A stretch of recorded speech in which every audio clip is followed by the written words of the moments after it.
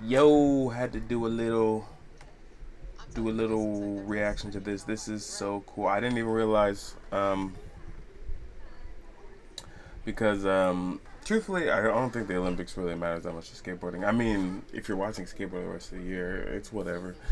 Um, but Chris Roberts and Eunice Chang, which I just looked her up. I guess she's a skater. And I don't know what else she does. It says the internet personality on Google, but I guess she must do like media. She's heavy into the media. But that's cool for Chris to do like a collab with someone different. But Chris Roberts, of course, from the Nine Club. Look at him decked out in the Nine Club gear. He got the Nine Club hoodie on.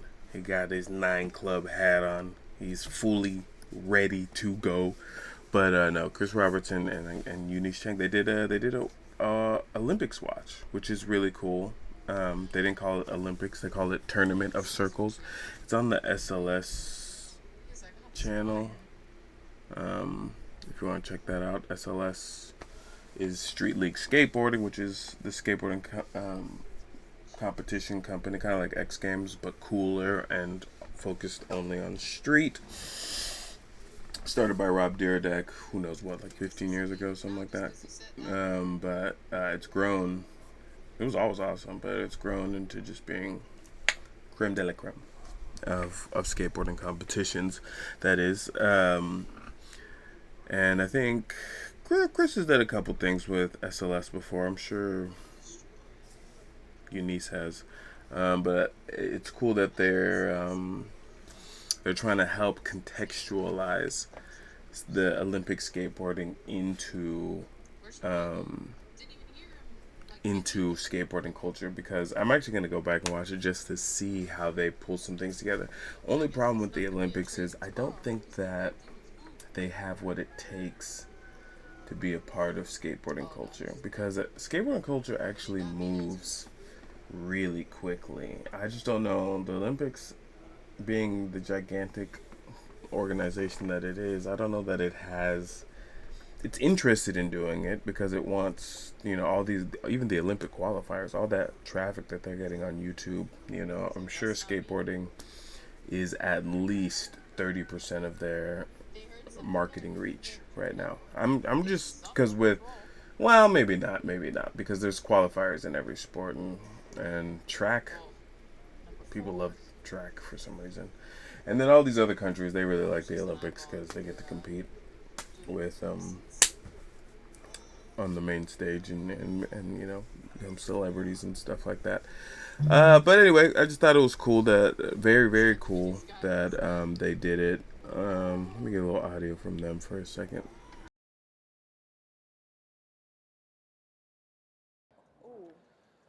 No, it's called a companion. We can't stream this shit. You know what I mean? We'll get arrested. Yeah, Olympics is gatekeeping all the footy. Yeah. Oh, I think Sora Shirai. Sora Shirai, yeah.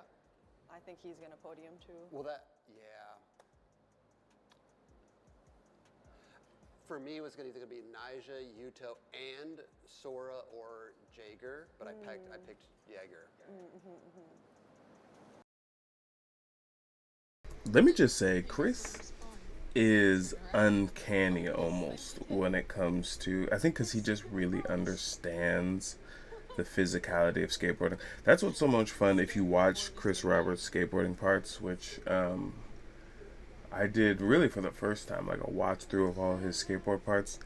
The thing is, he might be one of the best of all time. I mean, he is literally. He's one of the best of all time.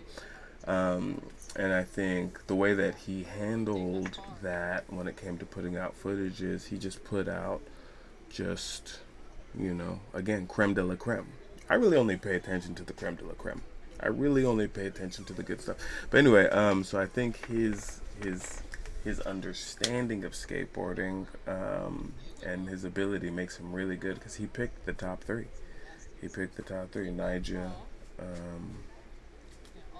Yuto, and Jagger. And he said he was thinking about Sora, but he picked Jagger, which makes sense. I would never have picked Jagger. I thought it was gonna be Nyjah, Yuto, and and some European dude, like either Aurelian Giovanni, or maybe Jinwoo.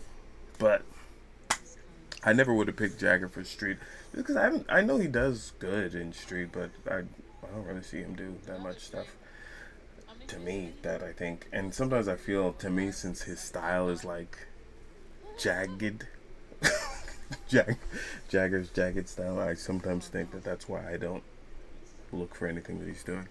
But yeah, but Chris Roberts picked him. She said Sora. I wouldn't have said Sora because to me he just seems kind of like, even what I thought Yuto was. I actually thought Yuto was a little bit I didn't think he really had the consistency that he does, but he really does. You know, he's been in SLS since 2017.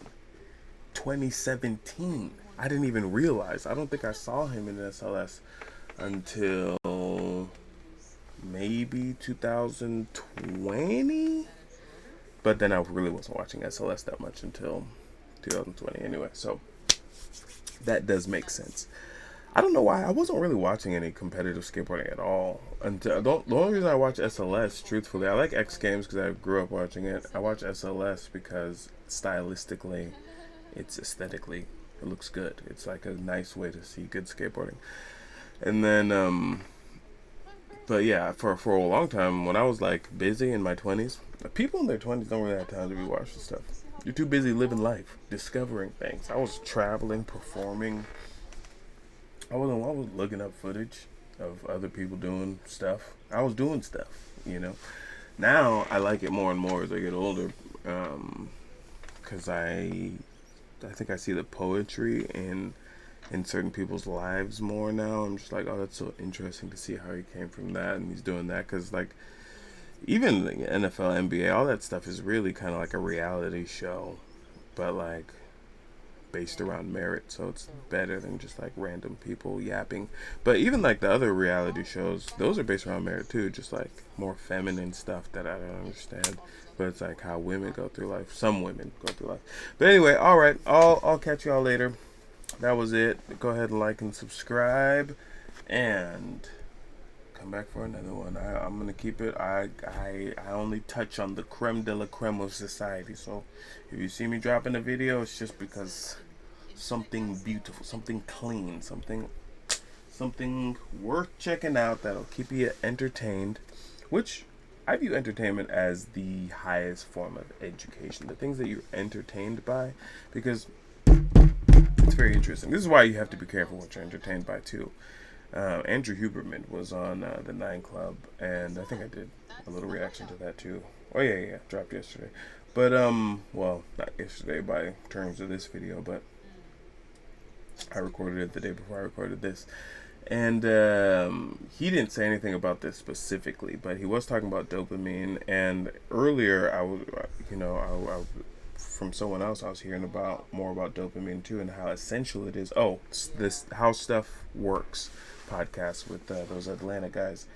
I was hearing about how dopamine is essential to our learning processes. So when you're entertained by information, that is getting stored in your brain probably better than anything other than information that you're intaking while other dopamine things are going on. So it's like if you're eating or you're having fun and you're learning or something like that. But it's amazing. It's amazing. That's why I think entertainment is very important, and it's cool to find impactful things to be entertained by, and that's kind of what I try to look for, because we're here for a moment and we got to fulfill what God put in us. See you guys later.